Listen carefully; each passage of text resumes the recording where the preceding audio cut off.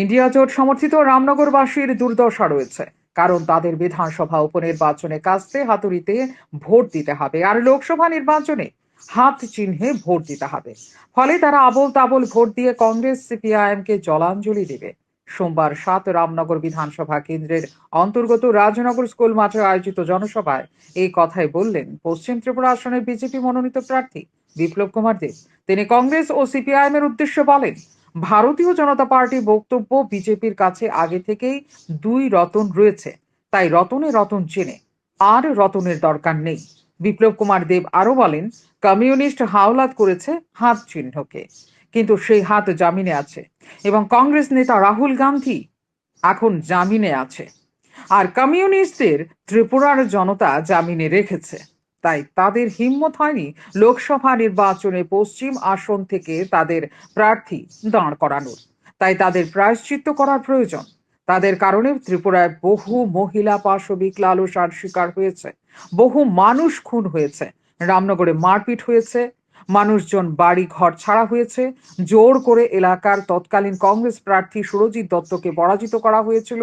কিন্তু কমিউনিস্ট নেতাদের ভাগ্য ভালো, তখন নরেন্দ্র মোদী এবং অমিত শাহ ত্রিপুরাতে আসেননি। তারা যদি আসতেন তাহলে সাফ করে দিতাম বলে জানান বিপ্লব কুমার দেব। রামনগরের সিপিএম এর আর কংগ্রেসের মানুষ তো দুর্দশা। কেন? লোকসভাতে হাত চিহ্নেতে ভোট দিতে হবে, বিধানসভার মধ্যে কাস্ট্রাতে ভোট দিতে হবে। কি অবস্থা ইন্ডিয়া! এরা মনে হয় কেউ চিন্তাও করে নাই। উতালে ক্যান্ডিডেট দিয়ে দেয়, উতালে দিয়েছে, ওর সেখানে হাত চিহ্নিতে ভোট দিতে হবে। আর বিধানসভার মধ্যে দীপক বাবুর সঙ্গে লড়াই করবে। এমনি তো দুই রতন বিজেপির কাছে আছে, আরেক রতনের দরকার আছে? আছে কেউ দরকার আছে? রতনে রতন চিনি তো দুইটা তো আছে আমার কাছে, আরেকটা দরকারই নাই। এই আইসে কাস্টুয়াতে রুলিয়া হাতের কাস্টুয়াতিরিতে ট্রেনিং লাগবো।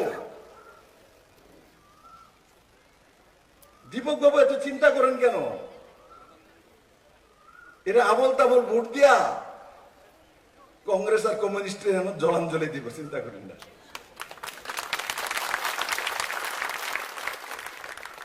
কে বিনাশকালে বিপরীত বুদ্ধি, দিশারা হয়ে গেলে মানুষ যেটা করে সেটাই করছে।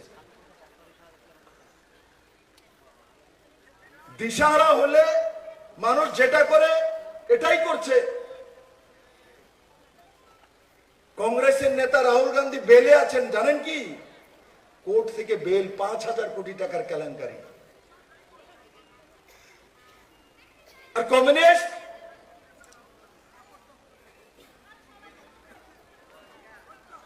কমিউনিস্টের তো ত্রিপুরার জনতা বেলে রেখে দিছে।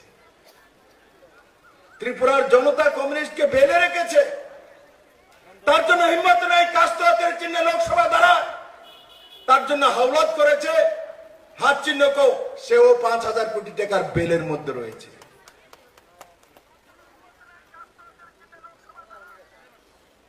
কমিউনিস্টের প্রায়শ্চিত্ত করা উচিত। যে ত্রিপুরার যে কংগ্রেস আর কমিউনিস্টের নেতৃত্বের কারণে হাজারো মহিলা বলাৎকার হয়েছে। বিপ্লব কুমার দেব আরো বলেন, কমিউনিস্টরা এমন কোনো কাজ করেনি যে তাদের মানুষের দীর্ঘ ২৫ বছর ক্ষমতায় রাখবে। বিপ্লব কুমার দেব কর্মীদের উদ্দেশ্যে বলেন, খাতায় লিখে রাখুন, ৪বারের মুখ্যমন্ত্রী মানিক সরকার কংগ্রেসকে ভোট দিয়ে ভোট ট্রান্সফার করবে না। কারণ রামনগর বিধানসভা কেন্দ্রের উপনির্বাচনের মনোনীত সিপিআইএম প্রার্থী রতন দাস এবং লোকসভা পশ্চিম ত্রিপুরা আসনের ইন্ডিয়া জোট মনোনীত প্রার্থী কংগ্রেস প্রার্থী আশিস কুমার সাহার মনোনয়নপত্র দাখিলের মিছিলে উপস্থিত ছিলেন না মানিক সরকার। তার অনুপস্থিতি স্পষ্ট করেছে কংগ্রেস ও সিপিআইএম এর অবৈধ জোট তার অনুপস্থিতি স্পষ্ট করেছে কংগ্রেস ও সিপিআইএম এর অবৈধ জোটকে তিনি মেনে নিতে পারেননি।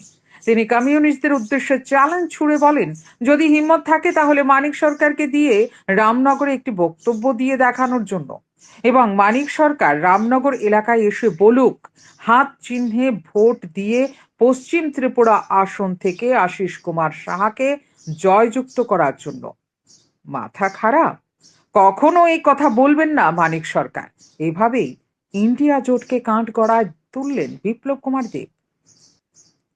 আয়োজিত সভায় এছাড়াও উপস্থিত ছিলেন রামনগর বিধানসভা কেন্দ্রের উপনির্বাচনের বিজেপি প্রার্থী দীপক মজুমদার, মন্ত্রী সুশান্ত চৌধুরী সহ অন্যান্য নেতৃত্ব।